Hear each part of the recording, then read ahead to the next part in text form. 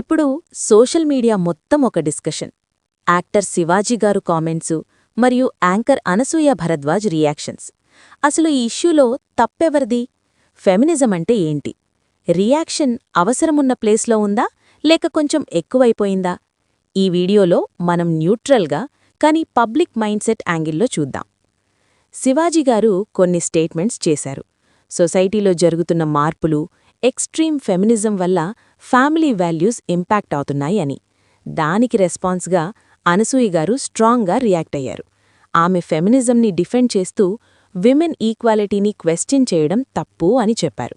ఇక్కడ పాయింట్ ఏంటంటే, శివాజీ గారు అందర్నీ టార్గెట్ చేయలేదు, ఒక స్పెసిఫిక్ బిహేవియర్ని క్వశ్చన్ చేశారు.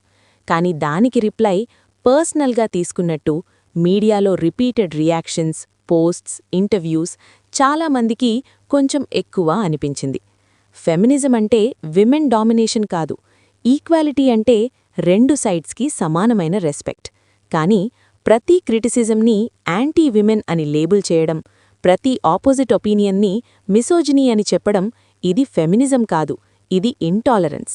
పబ్లిక్లో ఒక క్వశ్చన్ వేస్తే దానికి డిబేట్ ఉండాలి, డిస్కషన్ ఉండాలి, కానీ ఇమోషనల్ ఓవర్ రియాక్షన్ అవసరం లేదు. అందుకే ఇప్పుడు సోషల్ మీడియాలో రెండు గ్రూప్స్ ఉన్నాయి. కొందరు అనసూయగారు రైట్ అంటున్నారు, ఇంకొందరు ఓవర్ రియాక్షన్ అంటున్నారు.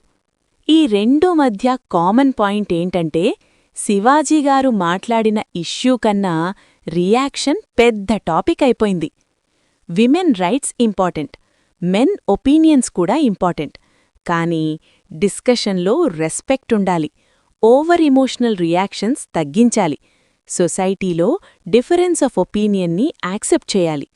మీ ఒపీనియన్ ఏంటి? అనసూయగారు కరెక్టా లేదా కొంచెం ఎక్కువ రియాక్ట్ అయ్యారు అని మీరు కూడా అనుకుంటున్నారా? కామెంట్లో మీ ఒపీనియన్ చెప్పండి.